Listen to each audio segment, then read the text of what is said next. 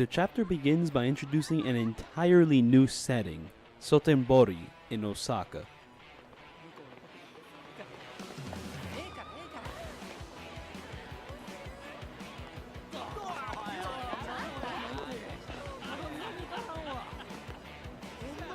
The district is bustling with life and attractions, and the biggest one of all shows up, the Grand.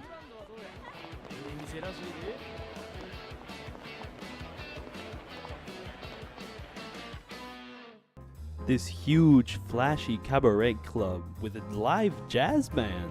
Just look at them go.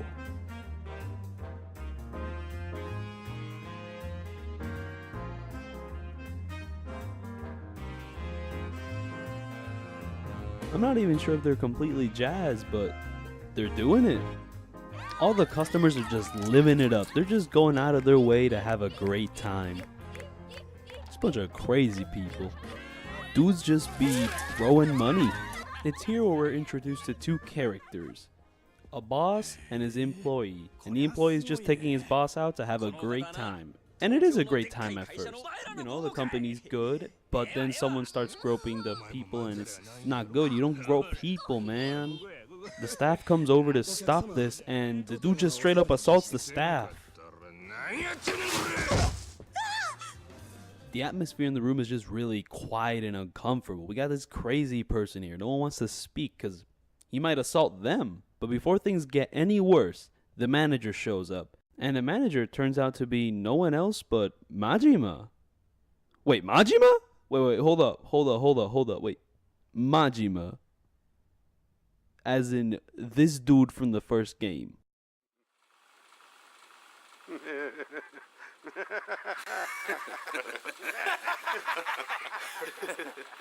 This is the part where you're supposed to laugh.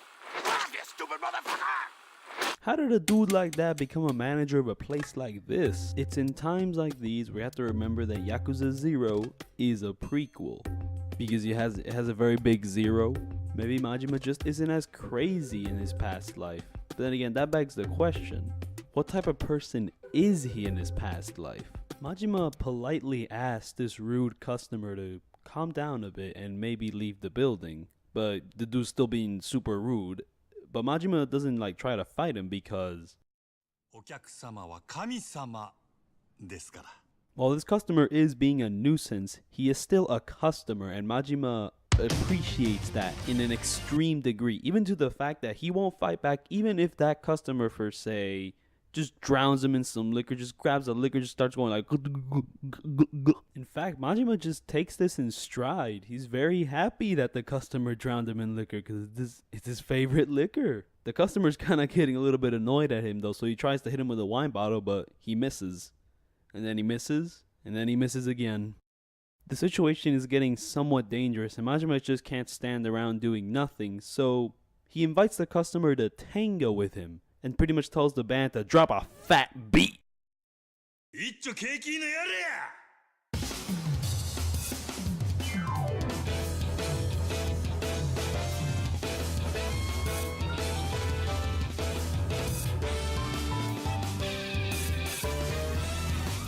And it's from here where we begin the most elaborately set up tutorial. Showtime!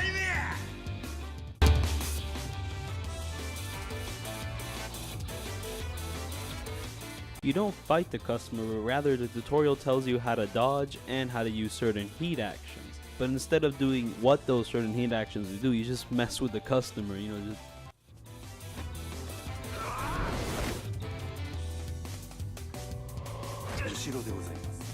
This tutorial has no right being this good, and it's only this good because of the music. It's fantastic.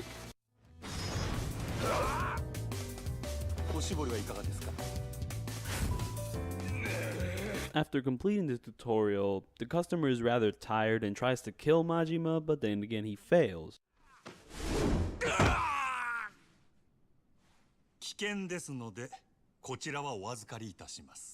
The staff plan to take him to the police, but then Majima stops them for a quick second. Majima doesn't want the guy to just go to jail because he messed up this one night, and then he gives the dude an ultimatum. Either he leaves and goes to jail, or he can go scot-free, but he pays for everyone here. The dude accepts the deal, and then business just skyrockets. Not only has Majima, this dude, become a manager of a club. He's become a fantastic manager of a club, taking situations that might turn other clubs into a failure and turn it around into a huge success story. And it brings him more money. We get to see more of his expertise in the way that he handles his staff. He handles everything with a level of grace and diligence that is amazing to witness. Majima seems to be living the dream life, but soon enough we will come to know that all of this is just an illusion.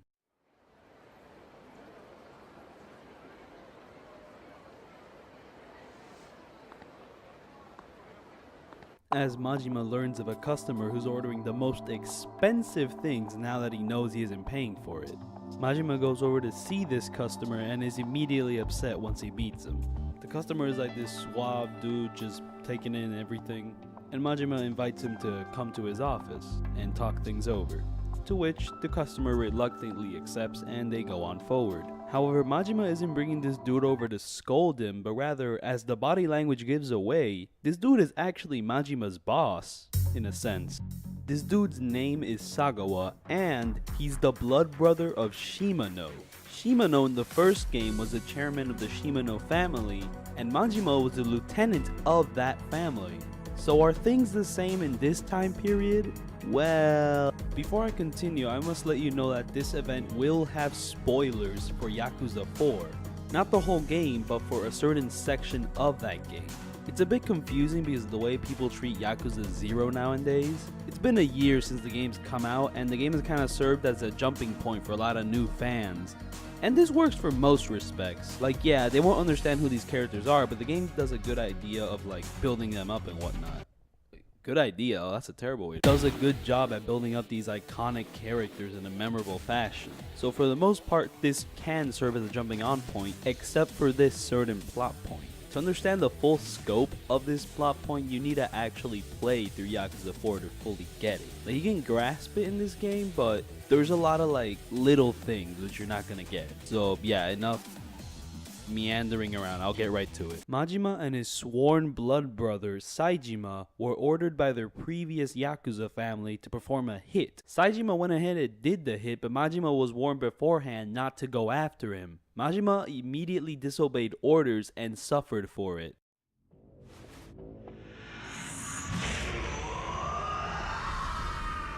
The Shimano family kept torturing Majima for a straight 2 years in a cellar, but for some reason Majima never died during that. He kept surviving for one thing: to see his sworn brother, and that's when he gets a chance at actually being able to join the Yakuza again. Shimano sends Majima over to Sotenbori with his blood brother Sagawa, who's part of the Omi Alliance, to run a club which has kind of been going under a little bit, the Grand. If Majima manages to make back enough money to a satisfactory degree, they'll let him back into the family. At this current moment, that price is 100 million yen. Oh, I should probably mention that the Tojo clan and the Omni Alliance are two completely separate Yakuza families and are actually rivals, and Shimano is part of the Tojo clan. The Tojo clan controls things in Kamurocho in the Tokyo area, while the Omi Alliance controls things more in Sotenbori over in Osaka. And describing them as separate families is kind of a bad way to say it. It's more that they're separate organizations, because a Yakuza family is more a subset of a larger organization like the Tojo clan. Like the Dojima family and the Shimano family are subsets of the Tojo clan. The Omni Alliance is a completely different organization and has nothing to do with the Tojo clan. So yeah, I just had to clear that up. I'll get back to the 100 million yen. Sagawa hears that Majima's getting very close to getting to 100 million yen, and then randomly decides to change the price to 500 million yen. This upsets Majima greatly, but he can't do anything about it, because if he does, he'll be sent back to that torture cellar that he was in for 2 years. Despite this, Majima is willing to go through with it. He'll go through with anything in order to get back into the Yakuza. That's why he's so good at his job. He's putting his 100% into this. Even if he doesn't want to do it, just so he can finally have a chance to go back into his family. But to make matters worse, Sagawa also takes his #1 hostess here and transfers her to another club, pretty much ruining business in a sense, because he took away the #1 person here. But before leaving, he does leave Majima with a question. Is he really willing to do anything? Is he willing to perform a hit? This question kind of takes Majima back because his last experience with the hit is the whole reason he's here, and it's the thing that separated him from his blood brother. But Sagawa kind of drops it and treats it as a joke and leaves. With his best worker here taken away from him, how is Majima going to recover from this? Majima's solution to the problem is to go to his #1 rival in the game and pretty much ask for their best worker. Now how is he going to do that? Well, you see Majima, well, before we get to that, he is interrupted by a very powerful man on roller skates, looking to unlock our inner potential. And this here leads to a tutorial for his thug style of combat. The tutorial mostly goes over what could be arguably his worst combo chain in the game, and how to use a few certain heat moves. And it's here where I should discuss the entirety of Majima's thug style of combat. Majima's thug style is to him what Kiryu's brawler style is to himself. Ooh, Kiryu. Yeah, the main difference between Majima and Kiryu is that while Kiryu is somewhat unrefined, just kind of does long swings, Majima is super precise. He just does straight jabs and kicks. Well, that is until you go a little longer with your combo, which then you just start flailing around everywhere with your fists.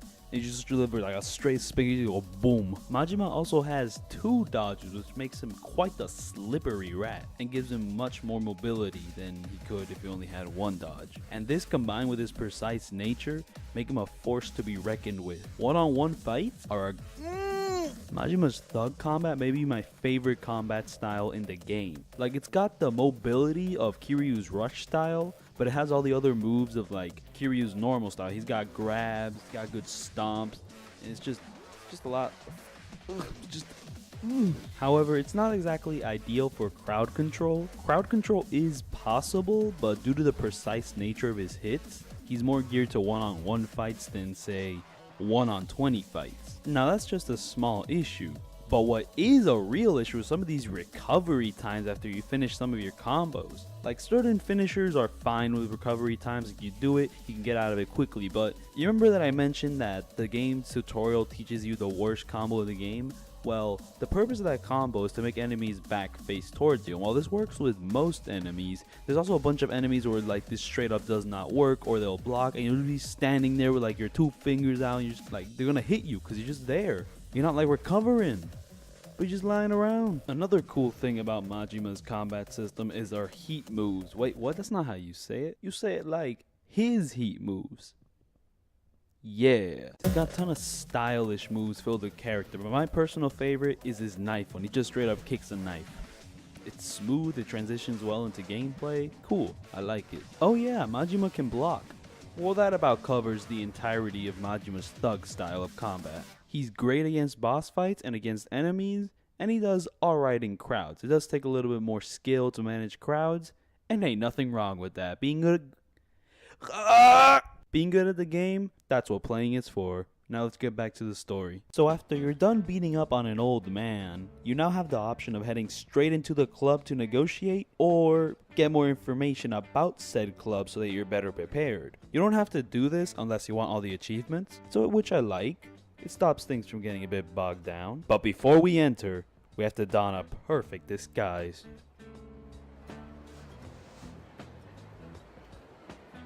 Impeccable. So we get into the club, we're chatting up with one of the hostesses. We notice a being that might be stronger than death. Oh no. We're getting information about the club, but before we get any further, the club's manager shows up and immediately recognizes Majima, so while it is a pretty fly disguise, it doesn't disguise. Despite being caught in a trap, Majima manages to finesse his way out of this situation in such a smooth manner that he actually gets a solid from his #1 rival, and he actually manages to get the #1 hostess here to bring her over to his club.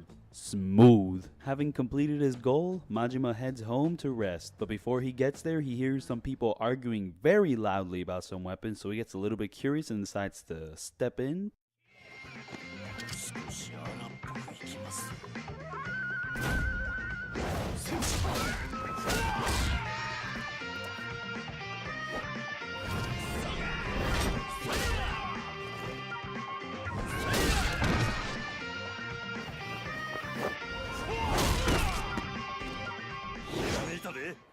But then step out of it so he doesn't get involved. But then the man with the roller skates gets him involved. And this is where the Slugger training begins. And Slugger training, what? No, Slugger tutorial. Slugger is another combat style of Majima's. And now I'm going to go in depth on what this really is. In this combat style, Majima employs the use of a baseball bat to crack the skull of anyone and anything that gets in the way of him doing his things. Doing his goals, doing his club, doing his story, yeah. The most noticeable thing about the Slugger style is that heavy track.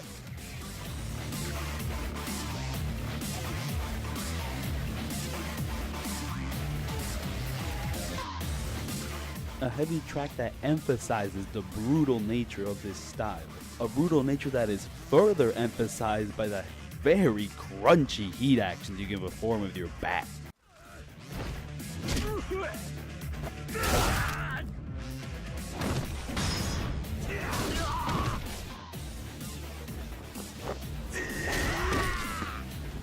Majima's an absolute monster in this style because there comes a point where enemies cannot knock you down if you're in the middle of a combo. That's how much of a beast Majima is in this style. And speaking of beast, this is Majima's slowest combat style, but it's not nearly as slow as, say, Kiryu's beast style because he can actually like run and walk normally. To kind of balance this out, they made it so that you really can't use this style in really tight locations because most of your combos will just end up with your bat just smacking against the wall and not hitting the enemy. Except for a certain combo, the nunchuck combo. That combo can't be beat. Enemies, they can't fight back. It's impossible. Some other things they changed about Majima in this style is that you don't have a grab anymore. You instead have a guard break.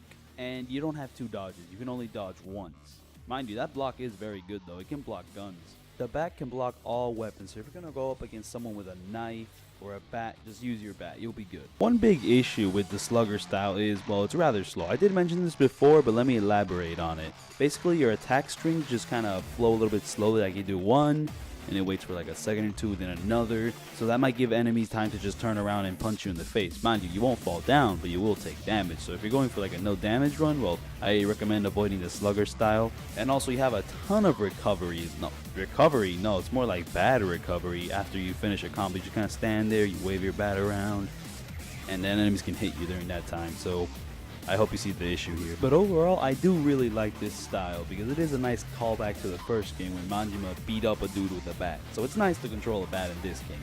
And the combat is super crunchy. I mean, it's a bat. When you hit a dude in the face, it really does feel like it.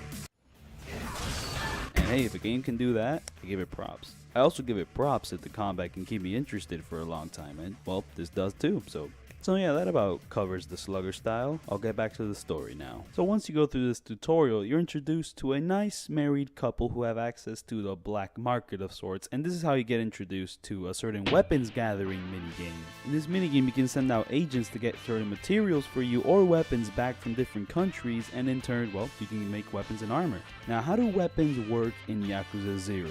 Well, I'll admit, weapons aren't something I used on my first playthrough because I saw them as a bit OP and unreliable, and I didn't want to bother with the weapons searching minigame, and I'd rather fight with my fighting styles than with weapons. But now that I've experimented a bit, you should at least check them out because they can actually be pretty fun. I recommend experimenting a bit with different weapon types. Check out the minigame because like this minigame will give you access to like a whole bunch of weapons. And I should preface, weapons are fun with Majima once you do the training with the Slugger trainer, which, okay, I'll get to that later. But what I'm trying to get at here is that weapons aren't exactly that fun with Kiryu except for a few exceptions, like the brass knuckles with his rush style. Okay, that's actually pretty fun. But I don't know, the rest of the weapons are kind of sluggish and his combat styles are just better. While Majima, once you do the training, has a ton of slick combos, which honestly make them using them pretty fun. Oh, and when I'm referring to weapons, I'm talking about more stuff you buy in the store, not exactly the stuff on the street, because that's actually pretty fun to use as Kiryu, especially like the motorcycles in the beast style.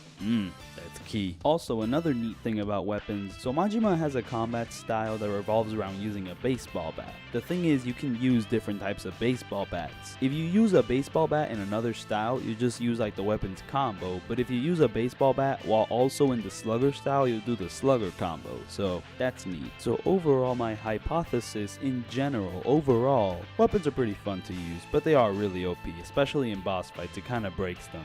So I use them like in random encounters just to experiment and knock some enemies over. A personal favorite of mine is the, I forgot how to pronounce it, Tokan, Tofu. When Majima has a training for that certain weapon, has a really neat combo. I like it. Now let's get back to the story. So after a good day of dealing on the black market, you go home, but then there's some dudes ready to beat you up because when you took the #1 girl from your #1 rival, some dudes got mad because, but that was their girl, bro. They loved her. And now she gone. So you gotta pay the price for it. But, bro, it's Majima, bro. He's gonna beat him up. And that's exactly what he does. So once Majima is finished with this fiasco, he goes upstairs to his room. But instead of going to sleep immediately, he just looks out the window and reflects on his situation as he notices all the stalkers around him, making sure he never escapes the city. Majima has to keep the club running as part of the deal, but the other part of the deal is that he's also trapped in this city. He cannot leave, and then the chapter ends.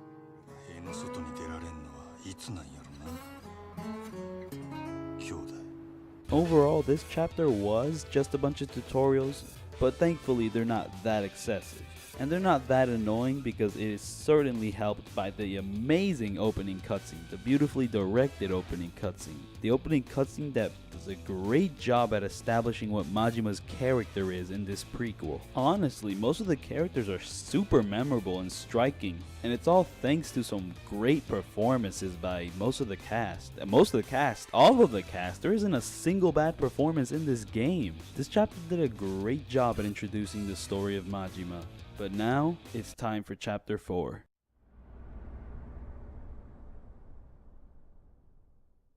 We start off this chapter with a flashback to the events that put Majima into the situation. It goes over what I was talking about before with Saejima and Majima's hit and Majima disobeying the clan, which then it gets punished for and then it gets tortured for a straight year. But in this flashback we get a little bit more insight into Shimano. Shimano has been one of the more interesting characters in Yakuza because he's quite a ruthless player in the events of the first game, and he also only shows up in the events of the first game. Shimano's character design is also probably one of the most striking out of any character in the series. He's such a scary guy.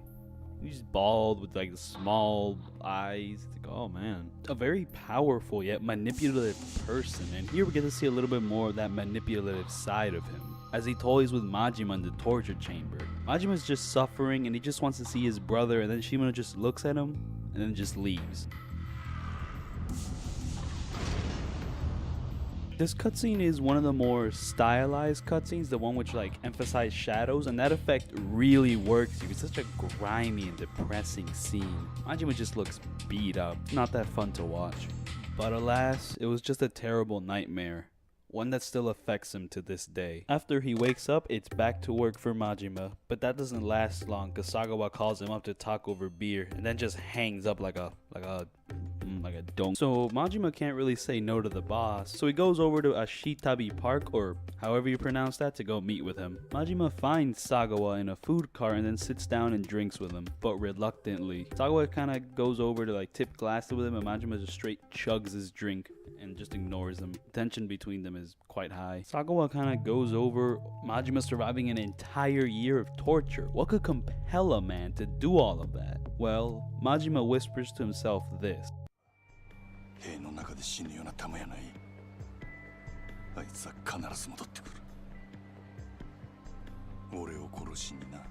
From Saejima's perspective, Majima did him dirty by not showing up to the hit, and that guilt is weighing down on Majima, so he's willing to take any punishment in order to see him again, no matter what happens afterwards. This is gonna be a major motive for everything that Majima does in this game, so just keep it in mind for later. After a bit of banter, Sagawa cuts straight to the chase and tells Majima why he wanted to meet with him. Simply put, there's a hit on the table and he wants Majima to do it. If Majima accepts and completes the hit, he'll get back into the Tojo clan. Majima's reluctant at first and would rather just work at the club and meet the money limit to enter the clan, but Sagawa reminds him that really he can do anything to stop the production at that club. Like the deal he did with his #1 rival in order to get his #1 girl to his club, Sagawa can just make a few phone calls and that girl goes straight back to her original club. Earning his way back into the Tojo clan through the Grand Club is all a facade as long as Sagawa's around to change the price whenever he feels like it. So this hit may be the only way Majima has to earn himself back into the Tojo clan. Given this situation, Majima accepts and asks for more information.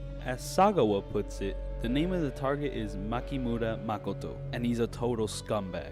He runs a prostitution ring, and if anyone tries to speak out against it, he beats them so bad that they can't have children. He sounds like scum. But how is Majima gonna find Makoto? Well, a lot of the people in the prostitution ring apparently work at a telephone club, so if Majima can ring them and ask them for information, he could lead it back to his target. Sagawa gives him a deadline of 2 days, or else Majima becomes a target and then just leaves him, but not before discussing how murder can affect a person. Majima just shrugs him off and says he'll do it. He'll do anything to get back into the Tojo clan, even if it means murder. And with that done and over with, Majima goes back to his apartment to rest up for the big day tomorrow. And during this time, I recommend that all of you go get a good night's sleep, wake up, say good morning to all your brothers and sisters. Love. Majima wakes up, hits up the telephone club, and is now ready for some telephone sex. What is telephone sex? Well, I'm going to be talking about a minigame which Majima never does because he just straight up isn't interested. In fact, in this story sequence, which I'll get to later, you don't actually get to play the minigame. You just see a cutscene, which, well, if you don't want to play the minigame, that actually works.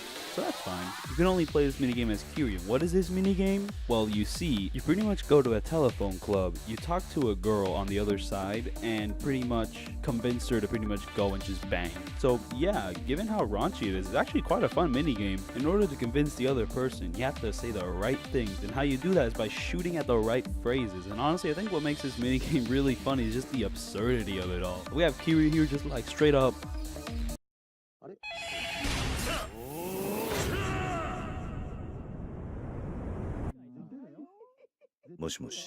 and we have all the wrong phrases you can say, because you can mess up your words, you can flub your words, you can end up saying stuff like, you know, mice. It's crazy. The actual gameplay of the minigame is also quite fun, because you can get really hectic trying to get the right phrases. But then again, the game does kind of cheapen out and just straight up makes the right phrase golden if you don't get it in time, so you can like more easily figure out what you actually have to say. Which, well, if you're playing the Japanese version, I'm sure this was a blessing, but this is English, so I don't know. But yeah, keep in mind this minigame is really raunchy, if you couldn't tell by the bikini lady in the background. Mind you, but it's just a bikini. It stays like that. You don't actually see any sex. I mean, if you actually showed any sex, I don't think this game would exist. I mean, you know how GTA got done, bro. You can't show no sex. Sex is illegal. So yeah, if this puts you off, then like, don't do it. It's fine. So I will say, if you're going for 100% completion, bro, I feel sorry for you, because there's like 7 different side quests that revolve around this minigame. And let me tell you, the game is kind of fun, but it's not fun enough to do for these amount of side quests, because it's not that you play it 7 times. It's more you play it 7 times to get certain results, and it's Another complaint I kind of got about the minigame is that the people you meet in it are kind of bland. This might seem a bit odd to ask because, well, you are just meeting for sex, but I don't know. In other side quests, the game actually handles characterization way better. It makes interesting characters. While here they're just kind of like, they have like one feature about them. It's kind of like, they could have done better. But then again, I kind of understand why they didn't, because, well, you are just ringing for like bang. My final point about this minigame is the track that plays when you're on like the last stage, that is smooth. That's enough of explaining phone sex. Let's get back to the story. Majima managed to get a college girl who is also connected to Makoto somehow to meet up with him. So he steps outside, but then he sees a familiar figure. A powerful figure. One whose depths... Oh no. You come across a man who can only be described as a walking erection, Mr. Libido. This is a man with the stamina of a racehorse. He cannot be underestimated. And he also introduces us to the porn of the game. What do I mean by porn? Well, you see, sir. Basically, you can just watch porn. It's not really porn, it's like very softcore. It's basically just ladies in bikinis and the camera's like, ooh, look at their lady parts. But yeah, it's there. And basically, there's another thing in the game that connects to this. Basically, there's cards around the city, and what are those cards? Yeah, they're women. So you collect the cards and you get more videos. I don't know, this is kind of creepy, but the thing that creeps me out even more is that everyone in the videos is connected to a character in the game. And it's like, wait, what the what? There really isn't any deeper excuse for this, like, oh, I don't know, the clothes are heavy so she doesn't wear them. Like, it's not that type of garbage. It's just there to be there without any excuses. So like, if you don't like it, then avoid it, because you actually can avoid this mini game. There aren't really any side quests involved with it. I don't know, the one big positive of this system is Mr. Libido, bro. That dude is just like that dude, he's a dude. Yeah. Oh, but if you want an excuse for there to be porn in the game, well, I don't know. Here, let me give you one if you want to feel good about it. You don't want to feel dirty. Mr. Libido represents people that watch porn. So now you can be righteous in porn. Though for me trashing this quite a bit, I am glad that they didn't remove it, because if they did, that would have been censorship and that would have left a bad taste in my mouth, because it was in the original game. So if you remove it, you wouldn't be representing the original vision. Even if that vision is flawed, if you don't show it, we can't improve. So yeah, it exists. Well, that's enough talking about porn. Let's get back to the story. Oh yeah, seeing as I've been talking a lot about porn, sex, and yeah, that, Majima isn't actually going out with a girl to bang her. He's just going out on a date. So, but just want to clear that up, or our heads are kind of muddled up at the moment because of my fault. So yeah. So Majima meets up with the girl at their designated location, and she just wants to eat some food. So Majima treats her to some sushi. While getting her sushi, Majima takes the time to ask her certain questions in order to figure out where Makoto could be or what type of man he is. And it's here where some of the information Sagawa gave us about Makoto isn't adding up. Simply put, as our date puts it, Makoto doesn't use the girls to get money from men. The girls just go out with dudes in order to get food like she's doing now. So yeah, something's a little bit up here. So they go outside and Majima's ready to ask her more questions, but now she wants to go to the arcade. Nice. Now that we're at the arcade, our date wants us to get her a stuffed animal. So that's exactly what we're gonna do. So here you only really play the crane game, but I might as well go over every single game in arcades. So here we go, here are the arcade games. So the arcade here is an actual Sega arcade, but the fun part is that this game is set in the 80s, so all the arcade games here are from the 80s, starting with the crane game. There really isn't much to say about this game. You press a button to move the crane, you stop pressing the button in order to stop the crane so it can get something. If you do it right, you'll get something. If you do it wrong, you'll get nothing. It works. It's smooth. And overall, you're so rich in the game that it doesn't waste your money. The only thing you can waste here is time. So after the crane game, every other game is fantastic, starting with Outrun.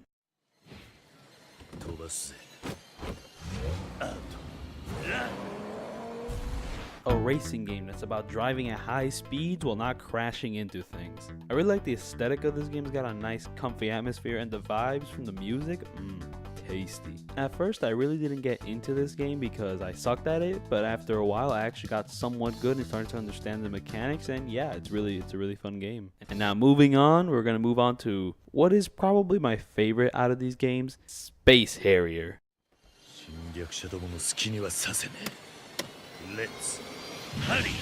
An on-rail shooter with crunchy gameplay, banging music, and tough as heck. Tough as heck, tough as balls. This one was really fun. I recommend you take time out of your playthrough to go through this one. Give it a couple tries. It's honestly a great time. And I'm glad that it's in a game that's also great. Moving on, we're gonna move on to a secret minigame. You have to complete a certain side quest to unlock this one. But basically, it's called Super Hang-On.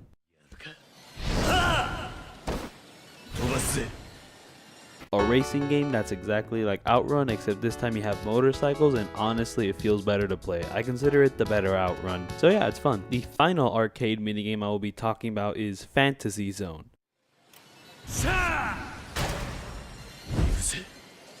This one's also another secret minigame you need to do a side quest for, but basically this was actually quite a departure from all the other minigames, because while the other games are more from behind the character, you know, either behind the character in terms of racing or behind the character like on rail shooting. This one is a side scroller shooter. This game's a little more friendly than the other ones, because all the other ones are kind of radical, you know, in Outrun and in Super Hang-On. You're just crashing into people, and in Space Harrier, bro, you got dragons, super intense. While here, it's a lot more cute. You got all these cute enemy designs. Your ship's just like this little small cute thing. It's very cute. This game's got a little bit of a slower vibe to it, so if the other games were a little bit too fast for you, then I recommend you pick this one up. Mind you, it's still a challenge. It could still kick your butt, but it is more friendly than the other ones, so it's a good addition to the game. It's crazy that we have like 4 great games inside of a great game. Wow, bro, how does Sega do it? Well, that's enough talking about the Sega arcade. Let's get back to the story. So after grabbing the funny monkey for your date, she'll tell you more about Makoto, but only once you get to the disco, because now she wants to get some dance on. But before you get there, you're interrupted by a couple sick breakdancers just like breaking it. Come on, come on!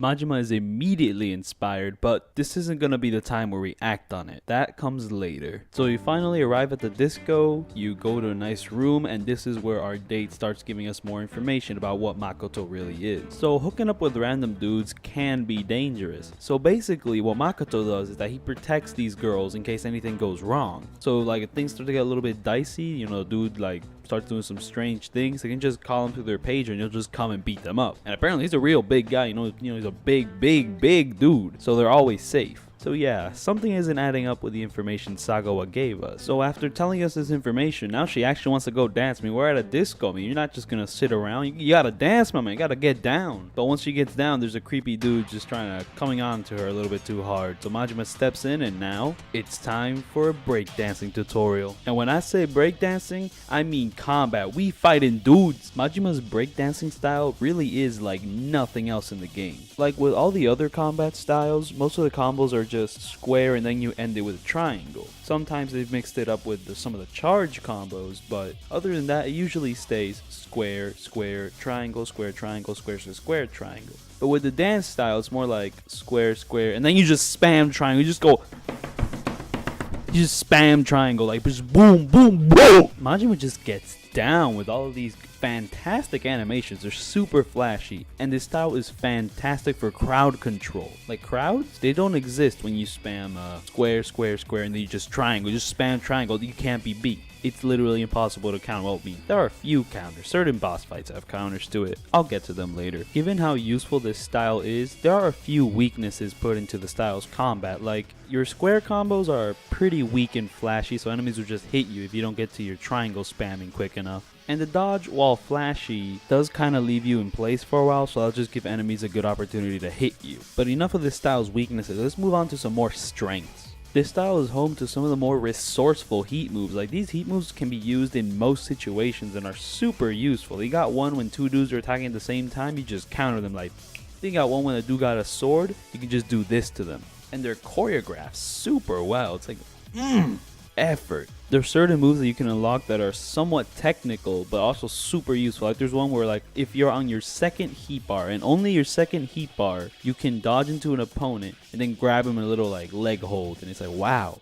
It can interrupt boss fights and stuff. So overall, this style is ridiculously overpowered, but it is a lot of fun to use, so I'm glad it's here. So now that I've discussed the breakdancing style, let's move on with the story. Or let's not move on with the story. Instead, seeing as we were there recently, let's talk about the disco. The disco is quite an extravagant place, but the most important thing about it is that it is home to the disco minigame.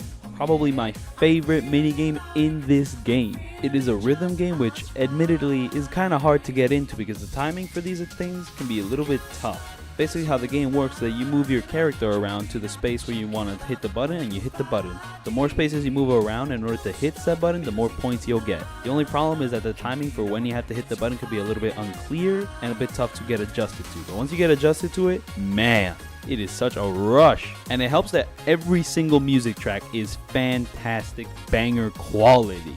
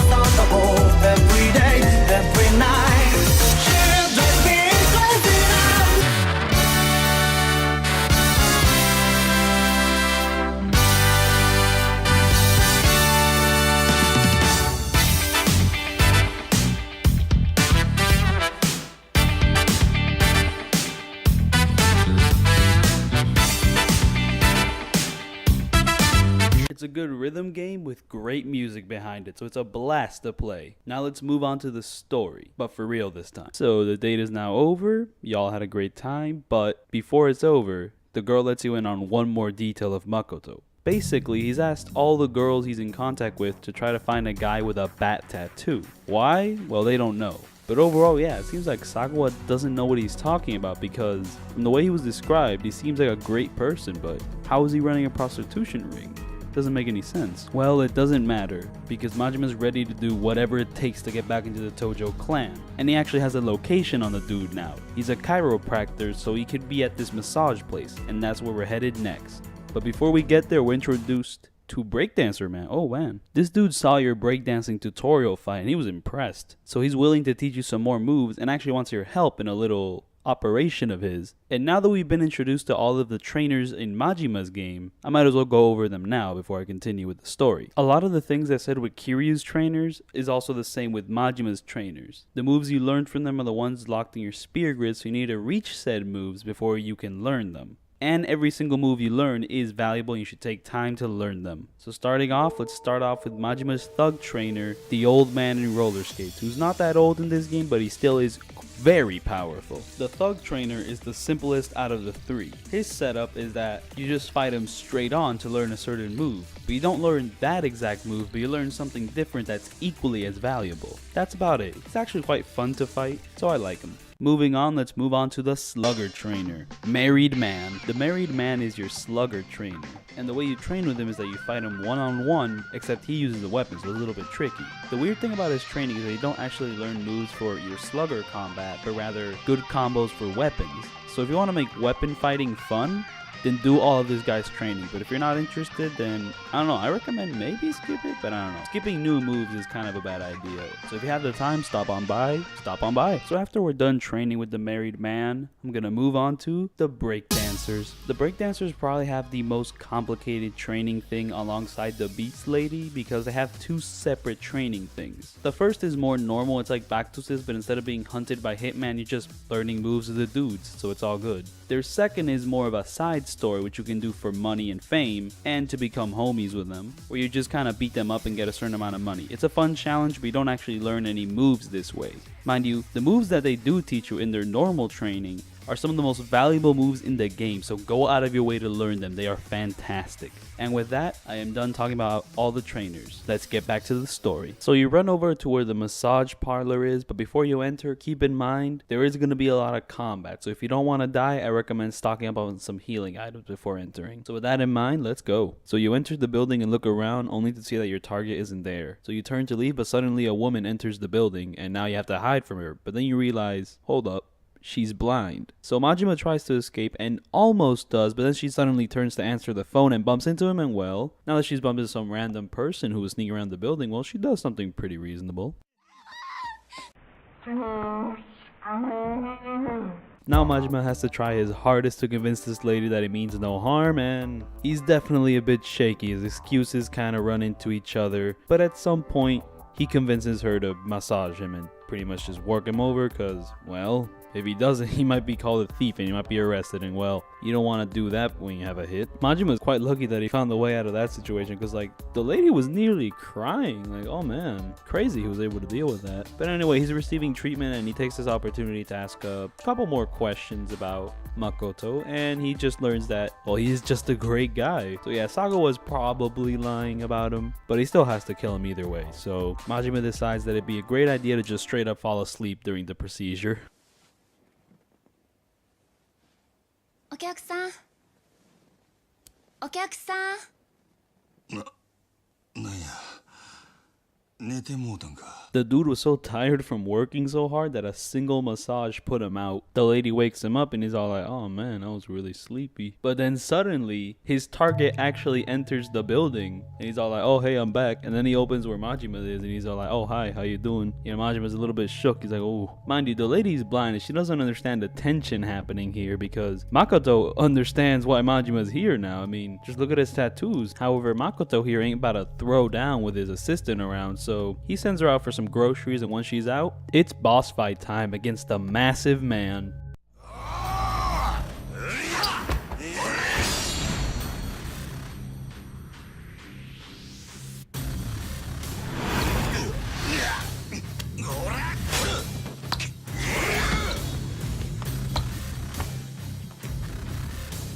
This massive man boss fight is pretty good. The same heavy track from the Oda boss fight is here, and it will be used for most boss fights without a unique theme in the future. So Makoto here has a combo. It's alright, it's kinda slow so he isn't that hard, but he is a sneaky jabber though, cause during this combo, he sometimes pulls out a needle and stabs you in the jugular during his last hit in the combo, so it's best to dodge his last hit instead of blocking. He also has a moves for dudes that just attack in the front, just straight up spam. If you decide to just spam him in the front, after you're done with your combo, Makoto will just rock his fist in front of your face, kind of interrupting you. This doesn't do much damage, but it is something to watch out for. Also, if you like to keep your distance away from this boss fight, he might just straight up throw a needle and charge you, so keep that in mind. To finish up talking about his moves, he has a kick, so you best be careful. The arena here where you fight him is also pretty cool. It's like a hospital type place, but it's also somewhat small, so you can't just run away from Makoto. You have to keep in mind your distance and strategize. Makoto's got a pretty brutal QTE transition into his heat mode. He just starts chiropracting on your arm, but Majima finds a way out.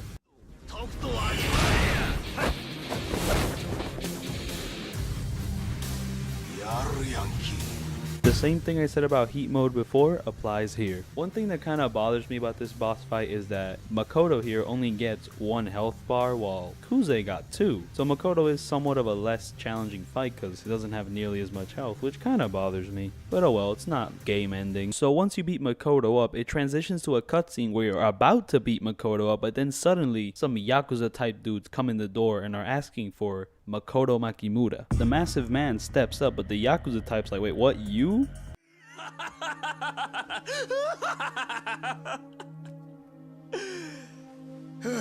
So as it turns out, this huge man is not named Makimura Makoto, but rather Weihai Lee, or however you pronounce that. So if he isn't Makimura, then who is? Well, the answer to that question opens the door to give Lee some smoke, and yeah, it's the blind girl. Oh no. The Yakuza types go to grab the girl, but then Lee tries to stop them, just straight up just shot down. The whole situation is super confusing, but Majima can't let them take away his target, so he goes to fight the gun Yakuza. So it's fight time.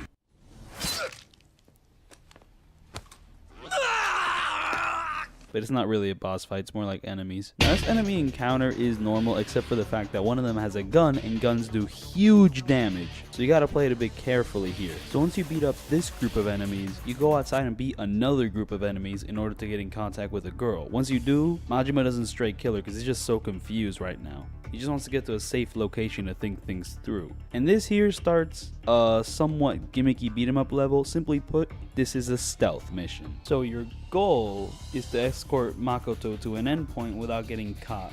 But if you do get caught, don't worry, you can just beat up the enemy and you're good. But the problem arises is when Makoto is in the picture. Simply put, enemies aren't going to attack you, but rather go after Makoto. And if she takes too much damage, cause she has a health bar, then it's time to restart. So yeah, that's annoying. It could be a beat 'em up level if you make it, but it's supposed to be a stealth level. You're supposed to sneak through enemies. But just like any good modern stealth game, you're forced into action at some point because screw you.